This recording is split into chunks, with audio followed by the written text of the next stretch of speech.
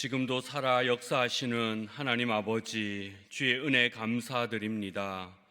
지난 며칠 동안 지켜주시고 수요 예배로 인도하신 하나님께 영광을 돌리며 겸손히 주님 만나는 시간 되게 하시옵소서. 저희 마음과 생각이 오직 주께 향하길 원하옵고 다시 오실 예수 그리스도의 이름 받들어 기도하옵나이다. 아멘.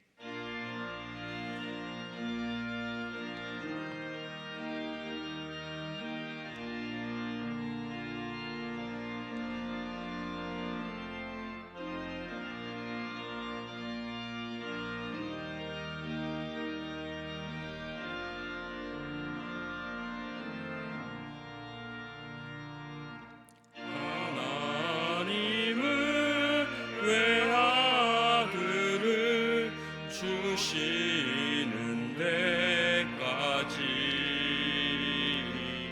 세상 사랑하니 참 사랑이로다. 하나님은 사랑이라 죄악에 빠졌던 우리까지 사랑하니 참 사랑 아닌가. 하나님을 배반하고 멀리 떠난 우리 원수같이 대적하나 사랑하여 주네. 하나님은 사랑이라 죄악에 빠졌던 우리까지 사랑하니 참 사랑 아닌가. 세상 죄를 사하시려 우리 죽을 대신 성자 예수 십자가에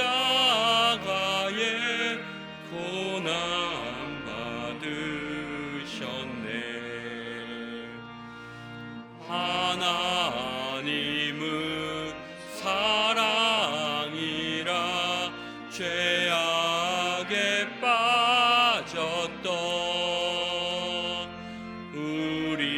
우리까지 사랑하니 참 사랑 아닌가. 이 사랑에 감사하여 곧 주께 나오라. 고난 영혼 주께 맡겨 구원을 얻으라. 하나님은 사랑이라 죄악에 빠졌던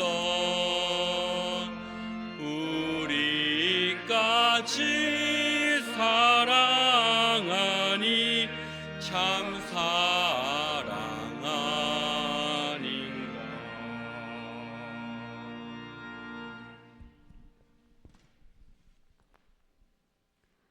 오늘도 살아계셔서 역사하신 하나님 아버지, 저희들을 이 자리에 불러주셔서 감사합니다. 하나님, 저희들은 아버지 뜻대로 살지 못할 때가 너무나도 많습니다. 내 욕심을 부리며 내 생각대로 살아왔던 것, 이 한 시간도 아버지 앞에 회개합니다. 저희들의 모든 허물과 잘못을 아버지 보혈로 덮어주시옵길 간절히 소망합니다. 하나님, 이 시간도 아버지 하나님 앞에 간구합니다. 하나님, 이 나라를 아버지 앞에 맡깁니다. 주님이 지켜주시옵소서. 혼란 속에 살아가고 있습니다. 하나님, 이 나라를 붙들어 주셔서 대통령이 속히 아버지 하나님 회복되게 하여 주시고, 하나님, 나라가 온전히 주님 앞에 설 수 있도록 하나님 보호하여 주시옵길 간절히 원합니다. 하나님, 저희들이 정말 느헤미야와 에스더처럼 나라와 민족을 위하여 기도할 수 있는 저희들 되게 주님이 지켜주시옵길 간절히 소망합니다. 성령 하나님께서 모든 것 간섭하여 주시고 성령님이 늘 항상 붙들어 주시옵길 간절히 원합니다. 하나님, 이 시간도 단상에 세우신 목사님, 하나님 말씀 증가하실 때 그 말씀이 저희들의 마음밭에 떨어져 아버지 많은 열매 맺게 주님이 축복해 주시옵소서. 받은 바 은혜대로 저희들 세상에 나가서 빛과 소금으로 아버지 하나님 사명 감당할 수 있도록 하나님 은혜 허락해 주시옵길 간절히 원합니다. 하나님, 1구역에서 79역까지 하나님이 지켜주시고 붙들어 주시옵소서. 한 가정도 한 영혼도 실족하지 아니하도록 하나님 은혜 베풀어 주시옵소서. 또 군문으로 해외로 흩어져 있는 우리 자녀들 믿음 잃지 아니하도록 저들을 지켜주시고 인도하여 주시옵소서. 하나님, 또 병중에 있는 우리 한우들 지켜주시옵소서. 이 시간도 주님이 찾아가셔서 그 아픈 부위부위마다 아버지가 안수하여 주셔서 빨리 쾌유할 수 있도록 주님 은혜 허락해 주시옵길 간절히 소망합니다. 하나님, 또 해외로 흩어져 선교하는 선교사님들 지켜주시옵소서. 아버지 하나님, 복음들 나가서 복음을 뿌릴 때 아버지 많은 열매 맺을 수 있도록 도와주시고 선교사님들의 건강과 가정을 지켜주시옵길 간절히 소망합니다. 하나님, 이 시간도 함께하여 주실 줄 믿사오며 하나님, 또 마리아 성가대 찬양을 주님이 기뻐 받아 주시옵소서. 다시 오실 예수님의 이름으로 기도하옵나이다. 아멘.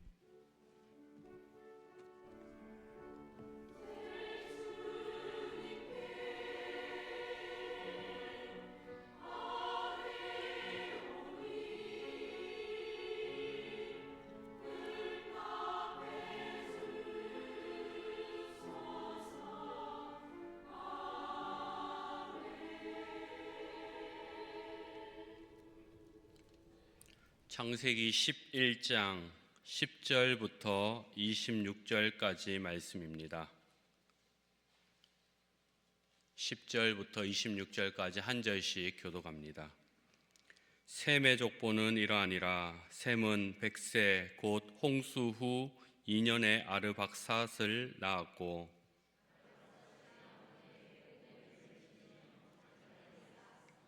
아르박삿은 35세에 셀라를 낳았고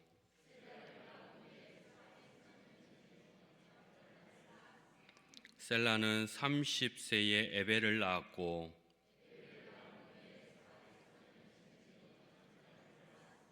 에벨은 34세에 벨렉을 낳았고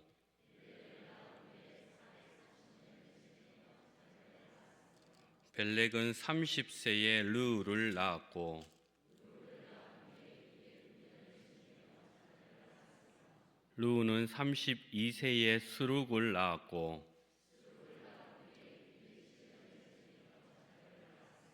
스룩은 30세에 나홀을 낳았고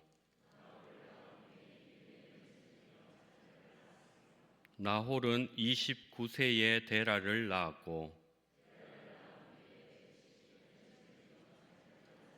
함께 봅니다. 데라는 70세에 아브람과 나홀과 하란을 낳았더라. 아멘. 마리아 찬양대 찬양 드리겠습니다.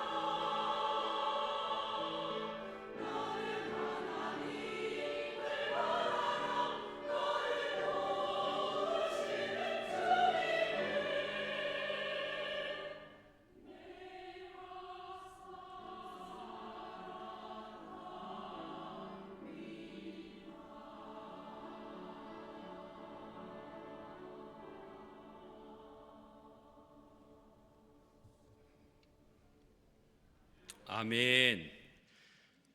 장래 희망이라는 제목으로 하나님 말씀 증거하겠습니다.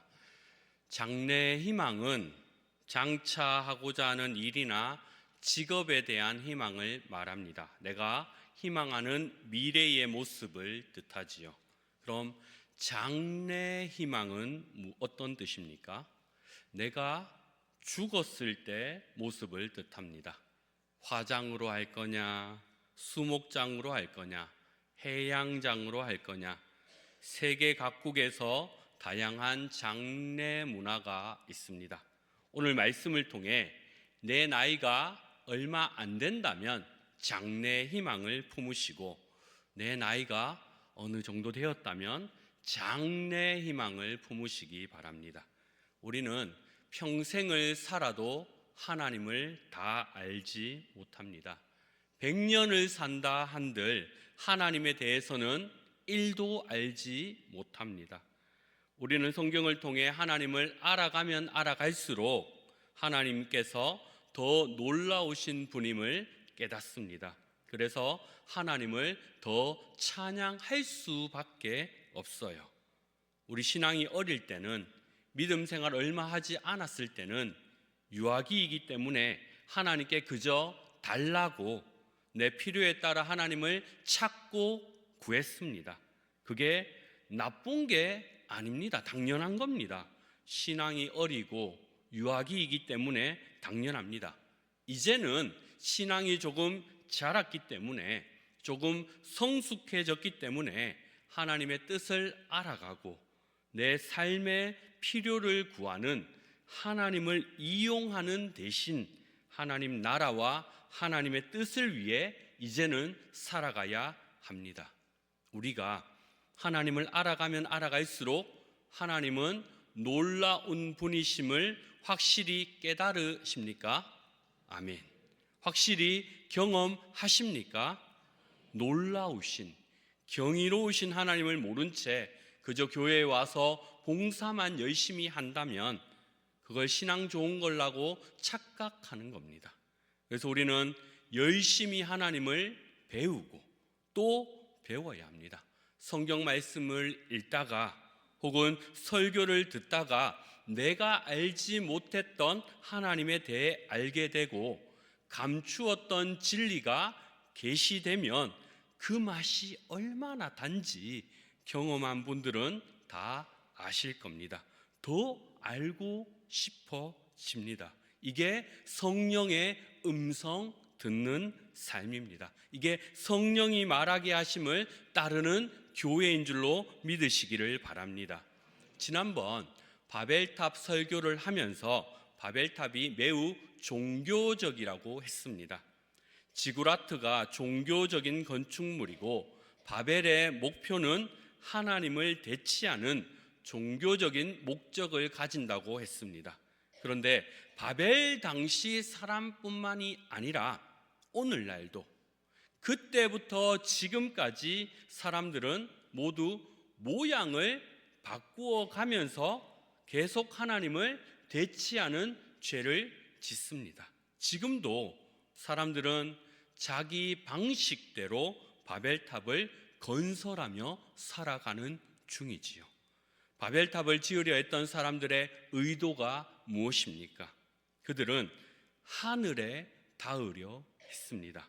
하늘에 닿는다는 건 물리적으로 닿는 게 아니라 하나님을 대신하겠다는 뜻이지요. 이들이 세우려 했던 건 하나님을 대신하는 신의 도성을 지으려 했습니다. 그래서 제가 성전을 지으려 했다고 했습니다.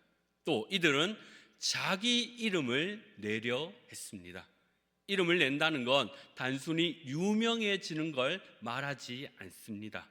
자기들의 이름을 내려 했다는 건 하나님께서 세우신 인류 본연의 목적을 저항하겠다는 뜻입니다. 하나님의 아들이라고 불리우던 그 이름을 포기하고 자기들의 이름을 내려 한 것이지요. 또 그들은 온 지면에 흩어짐을 면하려 했습니다. 창세기 11장 4절, 또 말하되 자 성읍과 탑을 건설하여 그 탑 꼭대기를 하늘에 닿게 하여 우리 이름을 내고 온 지면에 흩어짐을 면하자 하였더니, 탑 꼭대기에 하늘을 닿게 하자, 우리 이름을 내자, 온 지면에서 흩어짐을 면하자. 이들의 목적은 하나님을 대치하겠다. 하나님 대신 나 스스로가 한번 살아가 보겠다라는 그 의도가 그 가운데 숨겨져 있습니다. 창세기 1장에서 하나님께서 아담을 창조하신 이후에 또 노아의 아들들에게 주신 명령, 생육하고 번성하여 땅에 충만하라, 땅을 정복하라, 다스리라 라는 명령을 파괴하며 그들은 모이려고 했습니다. 바벨탑을 쌓은 사람들은 말합니다. 하나님의 명령이라고? 그런 명령은 따르지 않을 거야. 하나님의 뜻이 흩어지는 거라면 우리는 그걸 거부하고 여기 모여서 하나님 당신 없이 우리끼리 한번 살아가 보자 하면서 자신들만의 성을 만들어 갑니다. 이게 바벨탑을 쌓았던 그들의 목적이지요. 그들은 분명 하나님이 안 계신 것처럼 살아갑니다. 그럼 그들이 하나님이 안 계신 것처럼 살아가면 하나님이 안 계신 게 맞지요? 아닙니다. 우리 하나님은 그들이 하나님이 안 계신 것처럼 살아간다 할지라도 하나님은 분명히 살아 계십니다. 이들이 하는 행동을 보시면서 하나님은 역사하십니다. 우리는 어떻습니까? 우리는 내 삶의 이익을 위해서, 내 가족의 안전을 위해서, 내 커리어의 정립을 위해서 하나님 안 계시는 것처럼 살고 계시지는 않습니까? 내가 하나님 없이 사는 것처럼 산다면 하나님이 안 계신 거 맞지요? 역시 아닙니다. 내가 하나님이 안 계신 것처럼 산다 하더라도 하나님은 분명 살아 계십니다. 우리가 하는 행동을 유심히 보면서 하나님은 역사하십니다. 성경을 읽다가 배우다가 한 말씀이 깨달아지면 우리 무릎을 치면서 맞다, 하나님의 말씀이 얼마나 단지 깨달을 때가 얼마나 많습니까? 오늘 제가 이 말씀을 준비하면서 예전에 신학교 때 배웠던 건데 한 번 더 깨달아지면서 하나님의 맛이 역시 달구나 경험했습니다. 창세기 11장 1절부터 9절까지는 교차로 대조해서 말씀합니다. 1절, 온 땅의 언어가 하나요 말이 하나였더라. 1절과 대조되는 게 마지막 절인 9절입니다. 9절, 거기서 온 땅의 언어를 혼잡하게 하셨더라. 1절에서는 언어가 하나였는데 9절에 가서는 언어가 많아져서 혼잡하게 됩니다. 2절, 거기 거류하며, 2절과 대치되면 8절에 보니까 온 지면에 흩으셨으므로, 2절에는 거기에 거류한다고 했는데 8절에는 흩어버리십니다. 3절, 서로 말하되, 3절과 대조되는 7절, 그들의 언어를 혼잡하게 하여, 3절에는 말이 통했는데 7절에 가서는 말이 통하지 않습니다. 4절, 성읍과 탑을 건설하여, 4절과 대조되는 5절, 사람들이 건설하는 그 성읍과 탑을 보려고 건설하다, 성읍과 탑을 말하면서 4절과 5절을 교차시킵니다. 지금까지 보았던 교차 구조의 중심이 되는 X자의 중심이 되는 그 중심이 바로 5절입니다. 5절, 여호와께서 내려오셨더라. 여호와께서 강림하셨더라.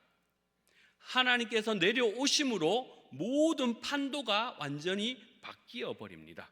교차 대조의 핵심은 그 중심, 바로 5절의 말씀입니다. 그 핵심은 바로 여호와께서 내려오심, 여호와의 강림을 말합니다. 여호와께서 내려오심을 중심으로 앞과 뒤가 교차되어서 서로 나옵니다. 언어가 하나였는데 여호와께서 내려오심으로 언어가 혼잡하게 되고 거기 거류하였는데 정착하였는데 여호와께서 내려오심으로 거기서 흩어지고 여호와의 강림이 미치는 변화와 영향력이 이만큼 큽니다. 여호와께서 내려오심으로 그들이 하려고 했던 모든 일은 실패로 돌아갑니다. 그들은 하늘에 닿으려고 했지만 여호와께서 내려오심으로 하늘에 결코 닿지 못합니다.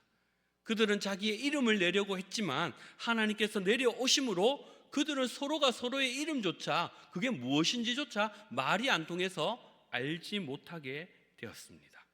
그들은 온 지면에 흩어짐을 면하려고 했지만 여호와께서 내려오심으로 그들을 온 지면에 흩어버리셨습니다. 결코 인간이 하나님을 이길 수 없습니다. 그런데 하나님께서 인간에게 지신 적이 딱 한 번 있습니다. 언제입니까?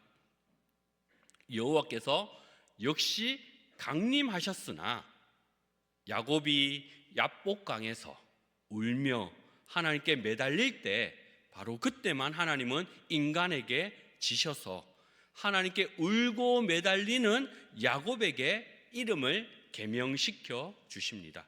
그 이름이 무엇입니까? 이스라엘. 이스라엘이 무슨 뜻입니까? 하나님을 이긴 자. 그러나 하나님께 울지 않고 매달리지 않는 자, 강팍하여서 하나님을 대적하는 자들에게 하나님의 강림은 무서운 심판입니다. 하나님께서 바벨탑을 건설하고자 하는 인간들의 모든 시도를 뒤엎으셨습니다. 우리는 하나님 없이 살아가십니까? 아니면 하나님께 구하며 매달리며 울며 살아가십니까? 하나님을 구하는 2025년 되시기를 우리 주님의 이름으로 축원합니다. 바벨탑을 쌓은 이들은 셈의 후손이라고 지난번 말씀드렸습니다. 창세기 10장 21절. 셈은 에벨 온 자손의 조상이요 야벳의 형이라. 그에게도 자녀가 출생하였으니 셈의 아들은 엘람과 아수르와 아르박삭과 룩과 아람이요 아람의 아들은 우스와 훌과 게델과 마스며 아르박삭은 셀라를 낳고 셀라는 에벨을 낳았으며. 좀 띄워놓으십시오. 21절에 셈에게서 자녀들이 났다. 22절에 셈의 아들은 엘람, 아수르, 아르박삭, 룩, 아람이다. 23절 아람의 아들은 우스, 훌, 게델, 마스다. 24절 아르박삭의 아들은 셀라, 셀라의 아들은 에벨이다. 몰라도 됩니다. 그리고 25절 에벨은 두 아들을 낳고 하나의 이름을 벨렉이라 하였으며 그때의 세상이 나뉘었음이요 벨렉의 아우의 이름은 욕단이며. 에벨에게서 벨렉과 욕단이 났는데 벨렉 때에 세상이 나뉘었다. 그리고 26절 욕닷은 알모닥과 셀렙과 하살마웻과 예라와 하도람과 우살과 디글라와 오발과 아비마엘과 스바와 오빌과 하윌라와 요밥을 낳았으니 이들은 다 욕단의 아들이며 그들이 거주하는 곳은 메사에서부터 스발로 가는 길의 동쪽 산이었더라. 띄워놓으십시오. 26절 이하에는 욕단의 아들들이 나옵니다. 알모닷, 셀렙, 하살마웻, 예라, 하도람, 우살, 디글라, 오발, 아비마엘, 스바, 오빌, 하윌라, 요밥. 그리고 29절에 이들이 다 욕단의 아들이다. 그리고 30절에 그들이 거주하는 곳은 동쪽 산이었다. 그리고 난 다음에 11장에 와서 동방으로 옮기다가 시날 땅에 바벨탑을 건설합니다. 지금까지 읽은 말씀의 요지는 바벨탑을 쌓은 이들의 후손은 바로 욕단의 후손들이다. 욕단의 아버지는 에벨이다. 자, 욕 다 잊어도 되고 욕단과 에벨만 기억해 놓으세요. 누구라고요? 욕단과 에벨만 기억해 놓으세요. 그리고 오늘 본문인 창세기 11장 10절 다시 족보가 나옵니다. 셈의 족보는 이러하니라. 셈은 백세 곧 홍수 후 2년에 아르박삿을 낳았고 아르박삿을 낳은 후에 500년을 지내며 자녀를 낳았으며 아르박삿은 35세에 셀라를 낳았고 셀라를 낳은 후에 430년을 지내며 자녀를 낳았으며 셀라는 30세에 에벨을 낳았고 에벨을 낳은 후에 403년을 지내며 자녀를 낳았으며 에벨은 34세에 벨렉을 낳았고 아까 기억하라고 했던 사람이 누구죠? 욕단과 에벨입니다. 에벨의 아들이 욕단이라고 했는데 방금 읽은 요 말씀에는 에벨이 누구를 낳았다고요? 벨렉. 제가 기억하라고 했던 에벨이 욕단을 낳았는데 왜 또 에벨이 벨렉을 낳습니까? 욕단하고 벨렉하고 같은 사람입니까? 아닙니다. 다른 사람입니다. 같은 사람이 아닌데 어떻게 에벨이 욕단과 벨렉을 낳을 수 있습니까? 어떻게 가능한 일입니까? 쉽지요. 제가 아들 둘과 딸 하나를 낳았습니다. 정식이가 하윤이를 낳았다. 정식이가 하승이를 낳았다. 하윤이와 하승이가 같은 사람입니까? 다릅니다. 그러면 뭐지요? 이 둘은 형제지요, 형제. 마찬가지로 에벨이 낳은 욕단과 벨렙은 형제입니다, 형제. 욕단의 후손들이 바벨탑을 건설했다고 했습니다. 그런데 형제였던 벨렉의 후손들은 어떤 사람들인가? 이어지는 18절. 벨렉은 30세에 르우를 낳았고 르우를 낳은 후 209년을 지내며 자녀를 낳았으며 르우는 32세에 스룩을 낳았고 스룩을 낳은 후에 207년을 지내며 자녀를 낳았으며 스룩은 30세에 나홀을 낳았고 나홀을 낳은 후에 200년을 지내며 자녀를 낳았으며 나홀은 29세에 데라를 낳았고 데라를 낳은 후에 119년을 지내며 자녀를 낳았으며 데라는 70세에 아브람과 나홀과 하란을 낳았더라. 벨렉이 르우를, 르우가 스룩을, 스룩이 나홀을, 나홀이 데라를, 데라가 아브람을 낳습니다. 이 족보가 끝난 후에 하나님께서 아브람을 부르시는 장면이 나옵니다. 우리가 족보를 쭉 읽었는데 펼쳐보면 딴 거 없습니다. 두 줄기라는 말입니다. 셈의 후손 중에 두 줄기가 나오는데 하나는 바벨탑을 쌓는 자손들이 나오고 또 다른 하나는 아브람의 조상이 되는 한 부류가 나온다는 말입니다.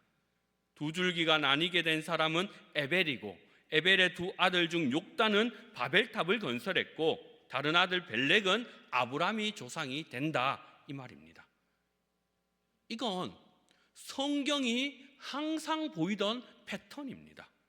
먼저 아담이 자녀를 낳습니다. 가인과 아벨. 가인이 아벨을 쳐 죽이니까 하나님께서 자녀를 하나 더 주셨는데 누구지요? 셋. 성경은 가인의 후손과 셋의 후손을 비교하여 나오고 이 두 자손 사이에 계속해서 싸움을 보여줍니다. 노아의 아들 때에 가서는 경건한 후손인 셈과 불경건한 후손인 함을 대비해서 보여주십니다. 시간이 흐르고 셈의 후손들 중에서 다시 경건한 후손과 뱀의 후손들이 갈라집니다. 그 한편이 바벨탑을 쌓던 욕단의 후손들이고 또 다른 한편이 아브라함의 조상이 되는 벨렉의 후손이라는 말이지요. 바벨탑을 지은 욕단의 후손들과 대비하여 벨렉의 후손들에게 어떤 일을 하나님께서 하셨습니까? 인간 중심으로 바벨을 쌓던 그들에게 여호와께서 내려오심으로 산산이 그들의 일들은 좌초되었지만 하나님께서 또 다른 줄기인 그들을 사용하셔서 이들이 하려고 했던 일들을 이들을 통해서 행해 나가십니다. 우리 이름을 내자 했던 그들은 여호와께서 강림하심으로 무산되었는데 또 다른 셈의 후손인 아브라함을 통해 어떻게 일하십니까? 창세기 12장 2절. 내가 너로 큰 민족을 이루고 네게 복을 주어 네 무엇을요? 이름을 창대하게 하리니 너는 복이 될지라. 내 이름을 창대하게 하리라. 바벨탑을 건설하려던 이들이 항상 꿈꾸었고 만들고자 했던 이 이름을 이들은 못했지만 하나님께서 또 다른 후손인 아브라함을 통해서 이들이 하려고 했던 걸 아브라함을 통해서 이루어 내십니다. 우리에게 적용해 보면 하나님의 영광을 위해서 살면 내 삶은 너무 초라하지 않나요? 마치 하나님을 위해서 살면 나의 모든 걸 희생하고 포기해야 하며 내 삶은 없어지고 하나님만 득이 되는 거 아닙니까? 하시지 않습니까? 교회에 오라고 교구 목사가 전화하면 교회 가면 목사만 좋지 내가 뭐 좋아요? 라고 생각하지는 않습니까? 아니요. 하나님은 독재자가 아닙니다. 하나님은 우리를 사랑하시고 자비하신 분이십니다. 하나님을 떠나면 그 자체가 불행의 시작입니다. 우리 인생은 하나님 안에 있을 때만 참 행복을 누릴 수 있습니다. 바벨은 하나님을 떠나 자기들의 이름을 내려 했던 어리석은 일인데, 이름을 창대하게 하는 일은 하나님 안에 있을 때 하나님께서 해주시는 일입니다. 세상에 나가겠다, 세상에 나가서 성공해서 다시 돌아오겠다, 내 성공을 위해서 하나님 잠깐 떠나서 내 삶을 도모하겠다, 무엇을 얻습니까? 결국에는 불행만 얻습니다. 불행의 구덩이로 스스로 빠지면서 영원한 행복 바깥쪽으로 스스로 뛰쳐나가면서 무슨 수로 성공을, 행복을 얻습니까? 우리 하나님은 바벨탑을 건설하고자 했던 그들이 소망했던 우리 이름을 내자는 그 외침을 비웃으시면서 아브라함에게 너를 통해서 너의 이름이 창대해질 것이라는 약속을 하셨습니다. 두 번째, 우리 흩어짐을 면하자. 그들은 하나님께서 분명 흩어지라는 명령을 거역하고 흩어지지 않으려 더 모이고 모여서 바벨탑을 건설하려 했습니다. 그들의 시도는 여호와께서 내려오심으로 실패로 돌아갔습니다. 하나님은 사람들이 하나님의 뜻과 반대되게 모여 있겠다고 해서 그대로 가만히 내버려 두시지 않습니다. 하나님 오히려 그들을 모두 다 흩어버리십니다. 그들은 세상 제국에 자신들의 힘을 모아서 하나님을 거역하려고 했으나 하나님 나라는 이런 인간의 대항에 결코 무너지지 않습니다. 그들을 흩으시고 아브라함을 부르셔서 그들이 하고자 했던 일을 아브라함을 통해서 행해 나가십니다. 창세기 12장 2절, 내가 너로 큰 민족을 이루고 내게 복을 주어 네 이름을 창대하게 하리니 너는 복이 될지라. 너를 축복하는 자에게는 내가 복을 내리고 너를 저주하는 자에게는 내가 저주하리니 땅의 모든 족속이 너로 말미암아 복을 얻을 것이라 하신지라. 땅의 모든 족속이 너로 말미암아 복을 얻을 것이라. 하나님께서 아브라함에게 약속하신 건 모든 민족을 아우르는 대제국입니다. 바벨탑을 쌓으려 했던 그들이 제국을 이루고자 했으나 실패했습니다. 인간은 하나님의 도우심이 없으면 스스로 할 수 있는 게 아무것도 없습니다. 그러나 하나님께서 아브라함을 통해서 이루시는 나라는 온 세상이 추앙하는 바로 그 나라입니다. 이 나라는 아브라함을 통해서 이루어지는 나라이며 유일한 복의 통로입니다.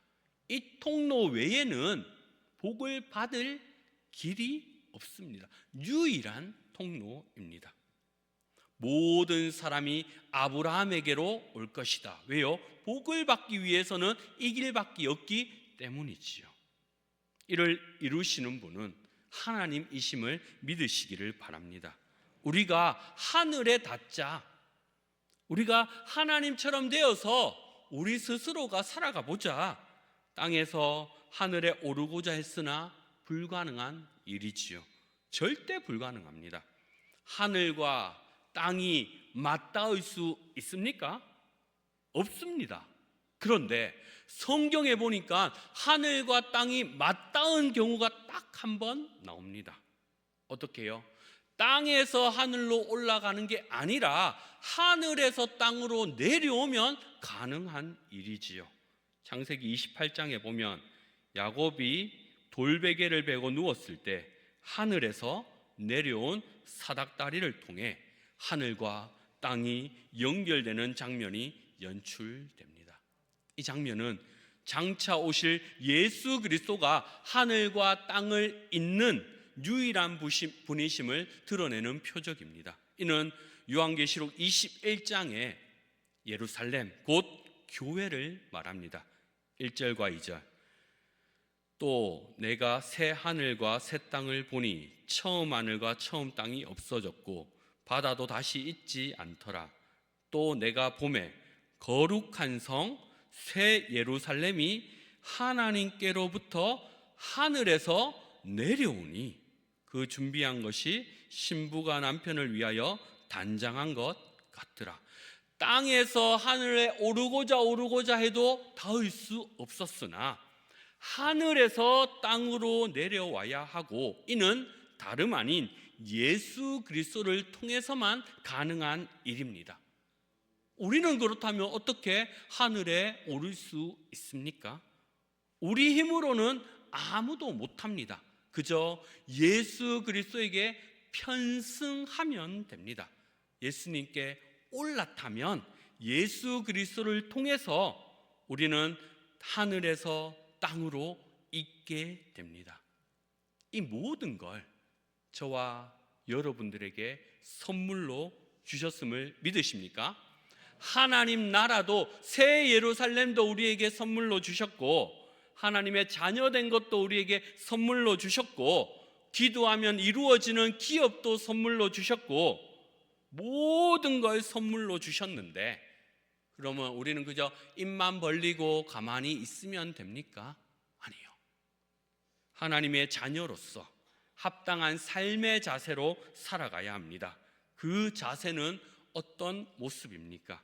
하나님 나라 안으로 들어오기 위하여서, 하나님 나라의 건설을 위하여서 하나님께서 저와 여러분들에게 요구하시는 삶의 자세는 바로 떠나는 겁니다. 창세기 12장 1절. 여호와께서 아브라함에게 이르시되 너는 너의 고향과 친척과 아버지의 집을 떠나 내가 네게 보여줄 땅으로 가라. 고향과 친척과 아버지의 집을 떠나라. 사실 현대인들에게 고향과 친척은 별로 큰 가치를 못 느낍니다. 그러나 고대 사람들에게 그 가치는 많은 게 아니라 전부입니다. 자기가 터전으로 삼고 있던 땅을 떠난다는 건 목숨을 거는 것과 마찬가지지요. 여호수아 24장 2절. 여호수아가 모든 백성에게 이르되 이스라엘의 하나님 여호와께서 이같이 말씀하시기를 옛적에 너희의 조상들 곧 아브라함의 아버지 나홀의 아버지 데라가 강 저쪽에 거주하여 다른 신들을 섬겼으나 내가 너희의 조상 아브라함을 강 저쪽에서 이끌어내어 가나안 온 땅에 두루 행하게 하고 그의 씨를 번성하게 하려고 그에게 이삭을 주었으며, 아브라함의 아버지 데라는 다른 신들을 섬긴 우상 숭배자였습니다. 아브라함이 떠나야 하는 것은 고향과 친척과 또 어디지요? 아버지의 집입니다. 우상 숭배자인 아버지를 떠나는 일은 단순히 나의 과거를 청산함이 아닙니다. 과거 청산은 당연하고 더불어서 거짓 신앙으로부터 단절을 뜻합니다. 우리가 하나님의 자녀로 부름받았다는 것은 나의 과거 삶의 습관을 떠나는 것을 포함해서 과거 거짓 신들로부터 떠나는 걸 뜻합니다. 과거 거짓 신들 무엇이라고 말합니까? 짓밟아라, 이겨라, 더 많이 가져라, 더 많이 누려라. 그러려면 네 이웃을 경쟁 상대로 여기고 그를 짓밟아라 라고 부추깁니다. 이게 바알의 정체이지요. 그러나 우리 하나님의 법은 너는 내 백성이기에 너는 이웃을 긍휼히 여겨야 한다. 그리고 사랑해야 한다. 우리가 삶에서 모든 분야에서 어떤 선택을 하건 이러한 선택 두 가지밖에 없습니다. 하나님을 선택하느냐, 아니면 바알과 같은 모든 걸 소급하는 바알을, 이교신 바알을 소급하느냐. 사실 양쪽의 발을 담그고 살면 쉽습니다. 이럴 때는 이걸 선택하고 저럴 때는 저걸 선택하면 굉장히 쉽습니다. 그러나 하나님께서 우리 예수 믿는 자들에게 요구하는 삶의 자세는 떠나라. 어디서요? 이교의 신들이 강조하는 태도나 삶의 습관, 생각과 방식에서 모두 떠나라. 떠나면서 머무를 수 있습니까? 다시요. 떠나면서 머무를 수 있습니까? 떠나면서 머무를 수는 없습니다. 동그란 세모가 있습니까? 하얀 검은 있습니까? 나는 이 집을 떠났어 하면서 한 발을 집 안에 넣고 있는 건 불가능한 일입니다. 떠나는 건 흑백밖에 없습니다. 이거면 이거고 저거면 저겁니다. 우리 주님께서 무엇이라 하셨습니까? 마태복음 6장 24절. 한 사람이 두 주인을 섬기지 못할 것이니 혹 이를 미워하고 저를 사랑하거나 혹 이를 중히 여기고 저를 경히 여김이라. 너희가 하나님과 재물을 겸하여 섬기지 못하느니라. 이 정도 했으니까 괜찮을 거야 라는 건 없습니다. 하나님과 재물을 겸하여 섬길 수 없어요. 주님의 상과 귀신의 상에 함께 참여할 수 없습니다. 주님께서 주신 계명은 명확합니다. 하나님 나라의 법은 정확합니다. 세상의 법을 떠나라. 우리는 죄와 싸워 이기는 존재이지 죄와 타협하지 않습니다. 사도 바울의 권면을 들으십시오. 빌립보서 3장 13절.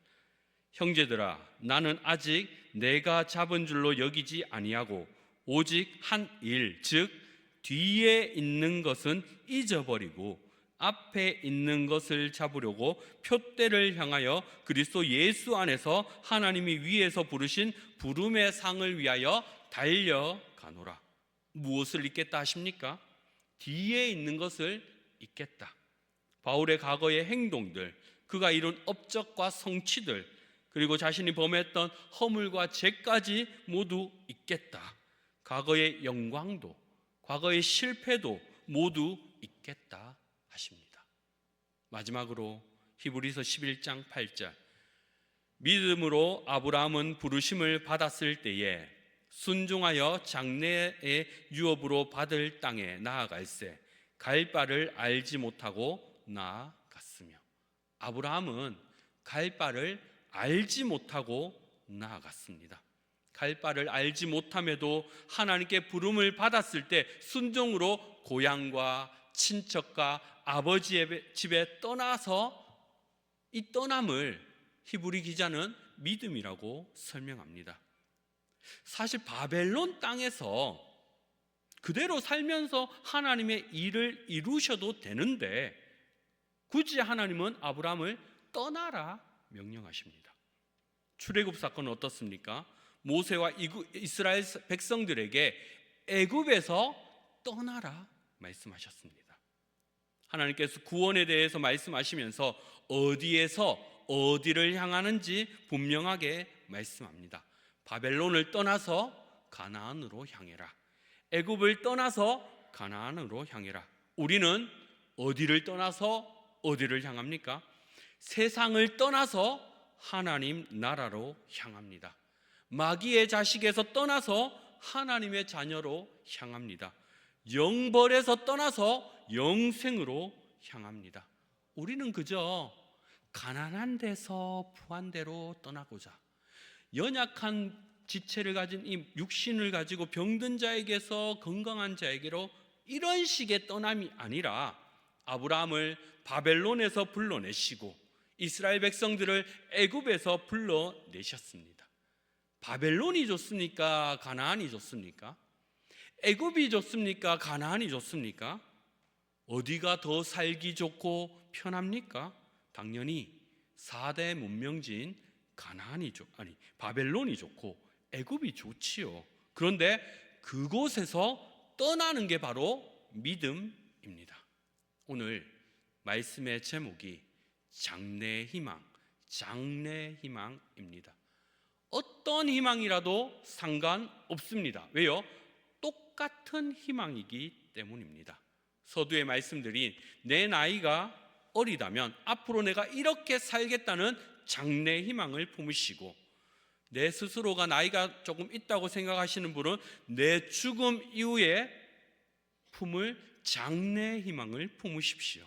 장래희망도 같습니다. 왜요?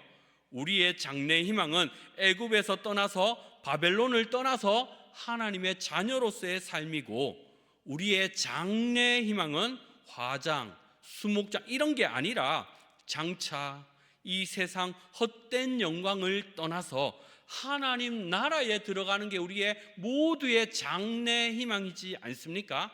2025년 믿음으로 세상을 떠나시는 우리 성도님들 되시기를 우리 주님의 이름으로 축원합니다. 지금도 우리와 함께 하시는 하나님 아버지, 주의 은혜 감사드립니다. 하나님과 세상을 동시에 섬길 수 없음을 깨닫고 하나님 안에 살며 영원 안식 구하는 2025년 되게 하시옵소서.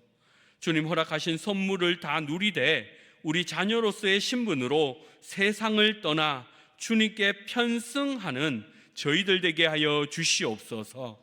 다시 오실 예수 그리스도의 이름 받들어 기도하옵나이다. 아멘.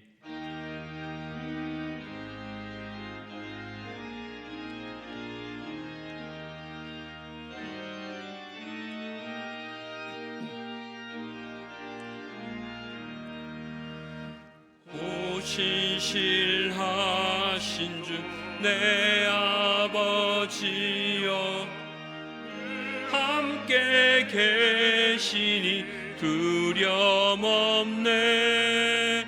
그 사랑 변찮고 날 지키시며 어제나 오늘이 한결같네. 오 신실하신 주, 오 신실하신 주, 날마다 자비를 베푸시며 일용할 모든 것 내려주시니 오 신실하신 주, 나의 구주. 봄철과 또 여름, 가을과 겨울, 해와 달 별들도 다 주의 것. 만물이 주 영광 드러내도다. 신실한 주 사랑 나타내네. 오 신실하신 주, 오 신실하신 주, 날마다 자비를 베푸시며 일용할 모든 것 내려주시니 오 신실하신 주, 나의 구주. 내 죄를 사하여 아니하시고 주 주 친히 오셔서 인도하네. 오늘의 힘되고 내일의 소망, 주만이 만복을 내리시네. 오 신실하신 주, 오 신실하신 주, 날마다 자비를 베푸시며 일용할 모든 것 내려주시니 오 신실하신 주, 나의 구주.